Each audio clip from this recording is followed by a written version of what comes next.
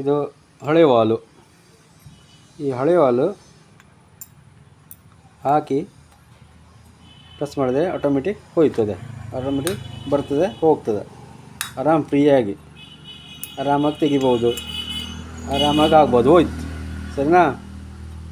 ಇದು ಹೋಗಿದೆ, wall cut ಆದಂಗೆ ಆಗಿದೆ, ಇಲ್ಲ ಹಾಕಂಗಿಲ್ಲ. ನಿಮ್ಮ ಹೊಸ ವಾಲು ಎಕ್ಸಾಸ್ಟ್ ವಾಲು ಇದೆ. ಇಲ್ಲಿ ಹೋದ ನಂತರ ಫುಲ್ ಗ್ಯಾಪು ಅಂದರೆ ಅದೇ, ಆದರೂ ಇಲ್ಲಿ ಗ್ಯಾಪ್ ಉಂಟು.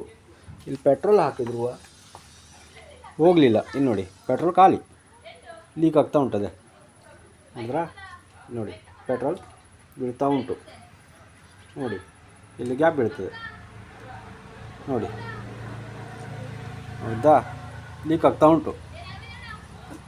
ಅದು ಮತ್ತು ಪ್ರೆಸ್ ಮಾಡಿದ್ರೆ ಮಾತ್ರ ಕುಳ್ಬೋದು ಸ್ವಲ್ಪ, ಆದರೂ ಸರಿಯಾಗಿ ಕುಳ್ತಾ ಇಲ್ಲ ಸರಿನಾ. ತೆಗಿಬೇಕಾದ್ರೂ ಅಷ್ಟೇ ಕಷ್ಟಪಟ್ಟು ತೆಗಿಬೇಕಾಗ್ತದೆ. ವಾಲ್ ಬೆಂಡ್ ಆಗಿರಬೇಕು ನೋಡಿ ಸರಿನಾ. ಇದೆ ಕುಳ್ತಾ ಇಲ್ಲ, ಇಷ್ಟು ಗ್ಯಾಪು,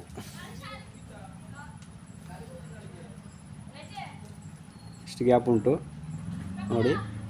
ಆದರೂ ಇಷ್ಟು ಪ್ರೆಸ್ ಮಾಡಿದ್ರೂ ಹೋಗ್ತಾ ಇಲ್ಲ, ಪ್ರೆಸ್ ಮಾಡಿದ್ರೂ ಹೋಗ್ತಾ ಇಲ್ಲ. ಇದೆ ಇದೆ ಇಲ್ಲಿ ಸೈಡ್ ನೋಡ್ಕೊಳ್ಳಿ, ಇಷ್ಟು ಗ್ಯಾಪ್ ಬಿದ್ದಿದೆ, ಪೆಟ್ರೋಲ್ ಹೋಗ್ತಾ ಉಂಟು, ಆದರೂ ಕಷ್ಟಪಟ್ಟು ತೆಗಿಬೇಕಾಗಿದೆ. ಈ ಥರ ಆದರೆ ಕಷ್ಟ, ನಮ್ಮ ಡಬಲ್ ಕಳಿಸೋ ಕಷ್ಟ ಆಗಲ್ಲ ನೋಡಿ. ಈ ವಾಲ್ ನೋಡಿ ಎಷ್ಟು ಈಸಿಯಾಗಿ ಹೋಗ್ತಾ ಉಂಟು ನೋಡಿ, ಪಟ್ ಅಂತ ಕೊಡ್ತಾ ಉಂಟು, ನೋಡಿದ್ರಾ ನೋಡಿ